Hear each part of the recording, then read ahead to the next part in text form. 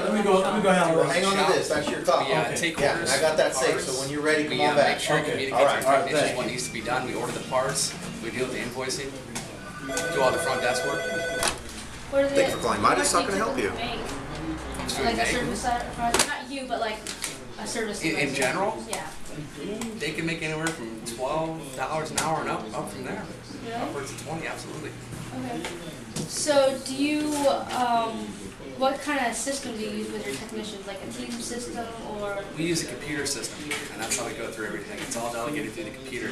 And we put them on a clipboards, and they pull each one individually, one at a time. Okay. Do you favor that system the most, or have you tried other systems? You know, I've worked for other places before. This is probably one of the more accurate systems. Of course, the bigger the place is, the different system you're going to have. You know, certain places they have dispatching where you actually the technician pulls the ticket.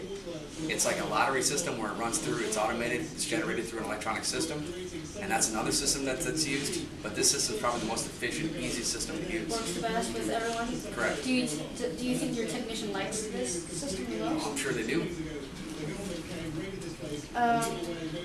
Does your shop have a motto to motivate your technicians, or like a saying that your shop goes by? The Midas touch.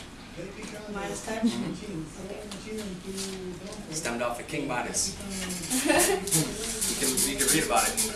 Okay. What do you think sets your shop apart from others? We're clean, efficient, and we tell you what needs to be done, and no more than that. Honest. What do you do to keep your customers coming back? Just be honest with them and communicate to them what's going on the best we can. What do you think it takes to be a successful shop? Well, honesty, obviously communication with the customer, and a reasonable price.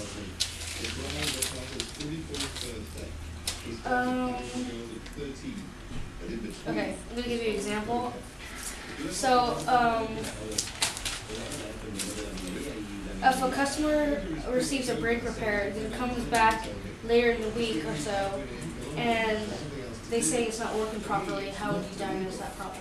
Well, we would first get it in and do an inspection, and then we would go from there depending on what it needs and take care of the customer, of course. How much or what kind of experience does it take to become a service advisor? Well, you need to know how to obviously deal with booking and invoices.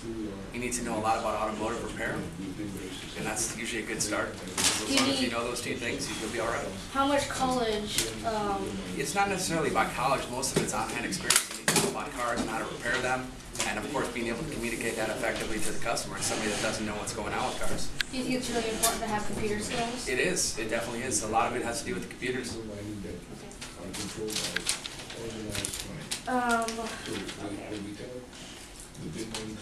One last question. If a customer is looking to do business with a shop, why would you recommend this shop? Well, because we're honest and we treat people right. And that's why people come back. Thank you. Thank you.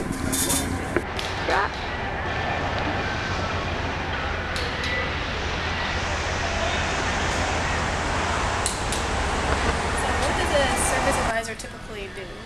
A service advisor communicates to the customer and to the technicians about what's going on with the customer's vehicle.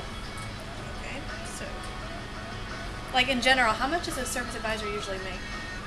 It depends. It all depends on if you're working based off commission or hourly. Commission, sometimes it's usually going to be $9 or $10 an hour plus commission.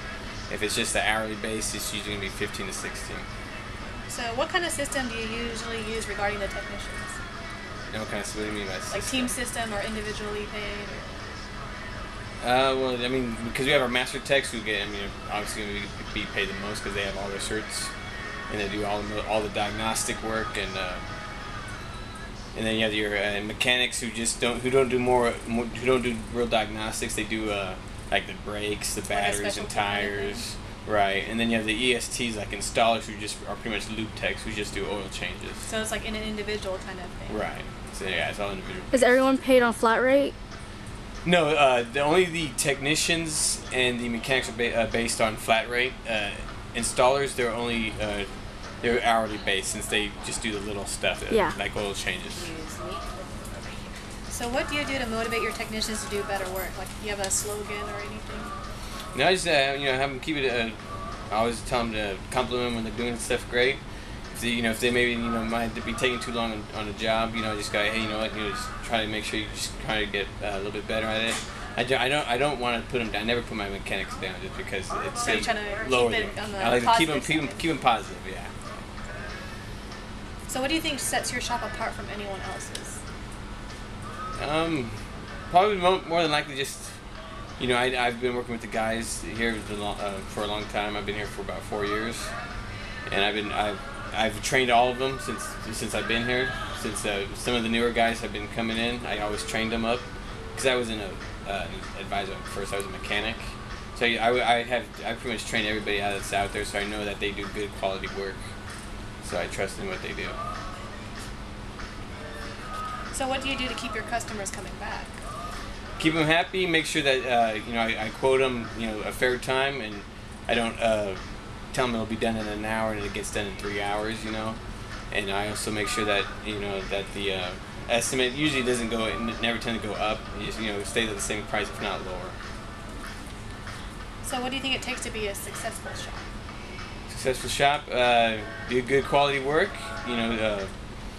Make sure that you get in a timely fashion the repairs are done, and you probably keep your customers happy.